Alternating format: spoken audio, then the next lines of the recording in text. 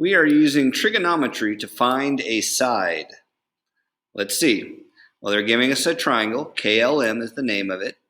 The measure of angle M is 90. Check. KLM, let's just go ahead and go through and make sure everything's as it should be as we read the problem. Angle K is 76. Check. The side, KL, is 27 feet. Everything's in terms of feet, so they've left it off. Find, now we're being asked to do something. Find what? The length of MK to the nearest 10th of a foot. So we're rounding to the 10th place. All right, well, we're just using trigonometry here to find a missing side. So first we need to see what we're given here. So the reference angle is 76. So we're looking at it from this side. So from the reference angle, let's label the rest of what's given. So what's given is find the length of MK. Okay, so it's down here, right here. All right, so this is the adjacent side. Adjacent means next to. And this 27 is the hypotenuse. It's the longest side. It's also opposite the right angle. So if this is our reference angle, what has adjacent and hypotenuse in it? So SOHCAHTOA, ka, toa. And I'm looking for adjacent and hypotenuse. Which one of these has adjacent and hypotenuse in it? Adjacent and hypotenuse is part of the cosine function. So cosine of what angle? They're giving it to us as 76 degrees. Now we're in terms of degrees here. It's real important that we recognize that. Sometimes on the calculator there's two modes. There's radian mode and degree mode. This is what I've been saying all the time. It's really important we practice with the calculator, and you need to make sure you know how to change the mode to be in the right mode or frame to get the correct answer. It gives you different answers depending on what system you're in. Equals, and let's just go ahead. I like always writing out adjacent over hypotenuse. That's what cosine is. It's good to write it out because it can mess us up if it's easy to mix them up sometimes. And then adjacent is our x. Oh, it's on top. That's nice. And hypotenuse is 27. All right. So cosine of 76 degrees. So on your calculator,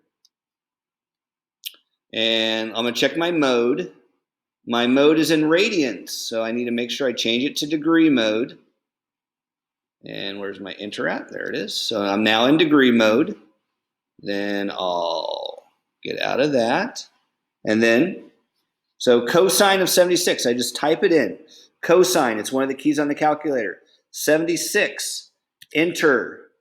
So this gives me 0.2419 ... Now I keep this on my calculator. Now this is one of those really important kind of things in mathematics, or one of these enlightenment moments. You always have to keep the infinite decimal going until the end. If you round inside the problem, it changes the answer. You can only round at the end when nothing will change after that. So you can only round at the end. So I have to keep that infinite decimal going on my calculator. Times 27.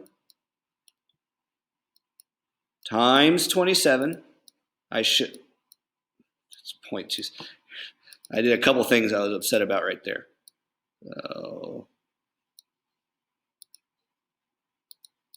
All of that is being multiplied by 27. So now on my calculator, I say times 27. Enter. So that is 6.5318 ... Those cancel. That means that's my x. Now x is, this is the exact answer. They want nearest 10th of a foot. So here's the 10th place. I look there. So that means this is approximately equal to 6.5. So our x is 6.5 for the constraints they gave us.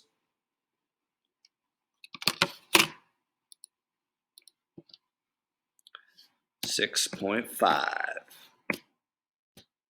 All right, so that's the structure of how to do these. We need to use trigonometry to attack it. And the key is make sure you don't round inside your math. You can only round at the end. Okay, let's see if the next one's any different. SOHCAHTOA, they're using that same idea to help make it easier to find it. Yes. So they went ahead and they're rounding at the end, so to speak, but I just kind of kept it in the middle. That's fine.